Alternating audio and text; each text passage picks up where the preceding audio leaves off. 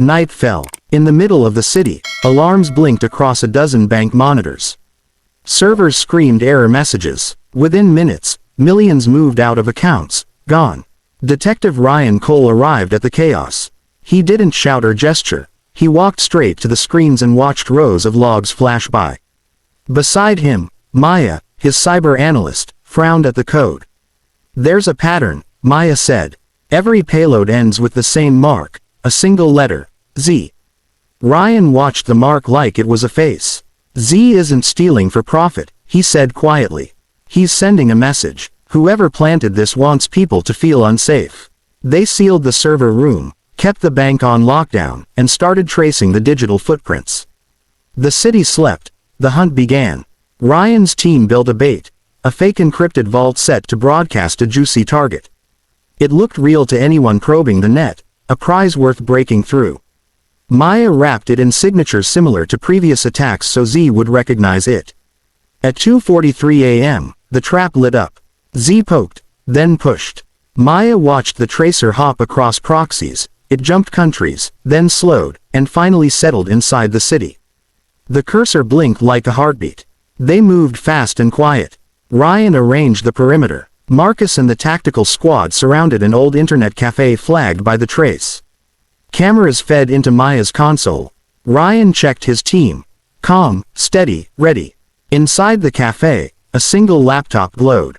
No heavy firewalls now, just a dim screen and one pair of headphones. Ryan felt a chill. The hacker had been waiting. They entered. A young man looked up. He smiled the kind of smile that says he already expected them. "You're early," he said. They cuffed him. On his screen, dozens of live feeds showed stolen funds and exposed records. But as Maya isolated an upload, she noticed a redirection. The data was not being sent to a criminal wallet. It was being packaged and fed into a separate stream aimed at exposing a hidden network of corrupt executives and shell companies. The hacker, calling himself Z, leaned back and spoke plainly, "Arrest me and the real predators vanish. I was bait. I exposed their passcodes. I needed someone to follow the trail when the smoke cleared." Ryan looked from the kid to the screens and back. He had a choice. Lock him up and lose the trail, or use him to pull the string tight. He chose the string. "Help us trace every node," Ryan said. "You help, and we protect the evidence. You run, we file charges. One wrong move, you lose any deal." Z nodded. The trap had caught more than a thief. It had revealed a war. Dawn came with sirens and headlines. Small recoveries showed on bank accounts. The kid whose face had once been a smirk now sat in an interview room, pale but resolute.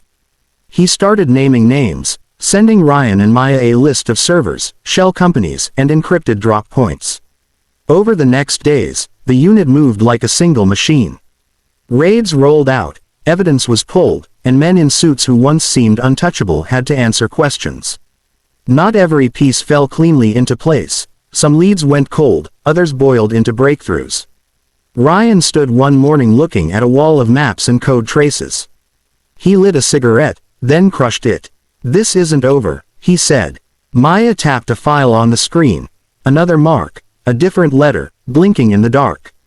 They had stopped one network. Somewhere else, a shadow was already shifting. The fight had changed shape, but the rules remained the same. Brains, patience, and a team that could hold the line.